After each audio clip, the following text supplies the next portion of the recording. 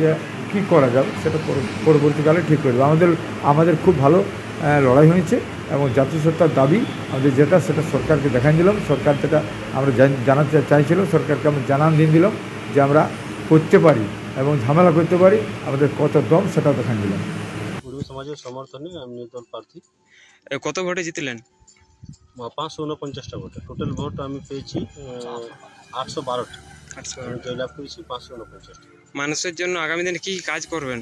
মানুষের জন্য যা করণীয়, যাতে অসুবিধা হবে যেভাবে যেটার মানে সমস্যার সমাধান করে চেষ্টা করবো আর কি। আপনি তো গত পঞ্চায়েত নির্বাচনে তো নির্দল থেকে জিতে উপপ্রধান ছিলেন। হ্যাঁ, গত পঞ্চায়েতে আমি নির্দল থেকে জিতেছিলাম এবং উপপ্রধান ইনচার্জ ছিলাম। কি নাম আপনার? যুধিষ্ঠির মাত্র। আমরা খুব আদিবাসী কর্মী সমাজের সমর্থনে যারা জিতেছেন, সত্যি আমরা খুব আনন্দিত। আমরা আমাদের জাতিসত্তার নিয়ে আমরা যে লড়াই করছি, এই লড়াই আমরা আজকে তার প্রতিবাদ জানাইলাম রাজ্য সরকারের, এবং আমরা খুব গর্বিত। আগামী দিনে এই লড়াই আমাদের আরও জোরদার হবে। আমাদের জাতিসত্তার আন্দোলনকে আমরা আরও শক্তিশালী থেকে শক্তিশালী করার চেষ্টা করব। হ্যাঁ, ওই যে তৃণমূল আমাদেরকে বলেছিল যে কর্মীদের ভোটের দরকার নাই, কর্মীরা আমাদেরকে কোনোদিন ভোট দেয়নি, তার জন্য আমরা নির্দল প্রার্থী হয়ে দাঁড়িয়েছি। মানে এটা কি নিজেদের শক্তি হ্যাঁ, নিজেদের শক্তি প্রদর্শন করার জন্য।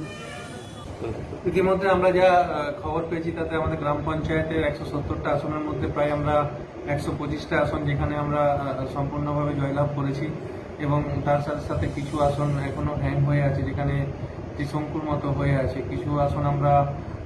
কিছু আসনে হয়তো এখনো কাউন্টিং চলছে, তাই এই সংখ্যাটা আরও কিছুক্ষণ পর জানা যাবে। কিন্তু এই মুহূর্তে আমরা প্রায় 125টা আসনে সম্পূর্ণভাবে যেখানে এককভাবে জয়লাভ করেছি। গতবারের তুলনায় এবারে কি ফল কি ভালো হয়েছে কি হয়েছে? গতবারের তুলনায় আমাদের এবার পঞ্চায়েতের সংখ্যা অনেক বেড়েছে, এবং সেই সংখ্যাটা গতবারে যেটা আমাদের ছিল 102, সেটা এবারে 125 হয়েছে এখনো পর্যন্ত।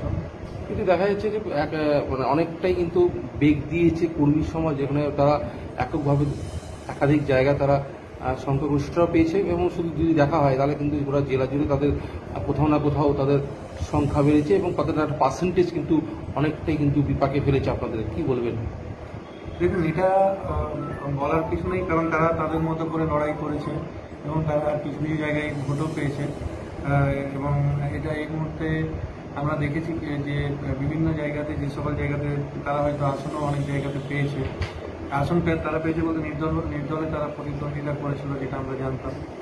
এক্ষেত্রে বেগ পাওয়ার কিছু নেই। আমরা আমাদের মতো লড়াই করেছি এবং 125টা পঞ্চায়েত এখনো পর্যন্ত আমরা জয়লাভ করেছি। মানুষ সারা জেলাতে আমাদের সমর্থন করেছেন তৃণমূল কংগ্রেসকে, এবং এটা আবারও প্রমাণ হয়েছে যে জেলার মানুষ তৃণমূল কংগ্রেসের সাথে আছে, তৃণমূল কংগ্রেসের পাশে আছে, মমতা বন্দ্যোপাধ্যায়ের সাথে আছে।